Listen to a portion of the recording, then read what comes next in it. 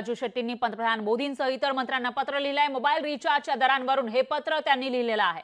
तर इंटरनेट सेवेतही हेराफेरीचा आरोप राजू शेट्टींनी केला आहे। रिलायन्स जिओकडून 300 ते 350 कोटी जीबी डेटाचा फसवणुकीचा आरोप राजू शेट्टी यांनी केला आहे। मागील काही दिवसांपूर्वी रिचार्जचे दर वाढलेले आहेत आणि त्याचबरोबर इंटरनेटमध्ये हेराफेरी होत असल्याचा आरोप या ठिकाणी राजू शेट्टींनी केला आहे आणि त्यांनी थेट पंतप्रधान मोदी त्याचबरोबर इतर मंत्र्यांना पत्र लिहिलंय आणि मोबाईल रिचार्जच्या दरांवरून या पत्रामध्ये त्यांनी आपल्या मागण्या मांडल्याचं पाहायला मिळतंय। तर जे इंटरनेट दिलं जात आहे रिलायन्स जिओकडून त्याच्यामध्ये हेराफेरी होती असा आरोप सुद्धा या ठिकाणी राजू शेट्टींनी केला आहे।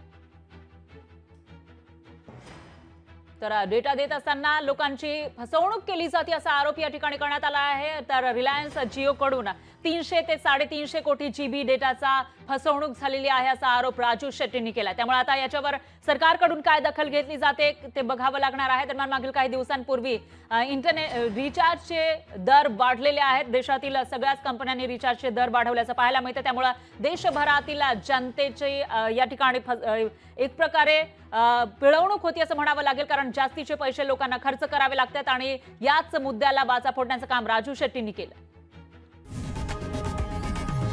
लोकशाही मराठी ऐका, पहा, जागरूक रहा।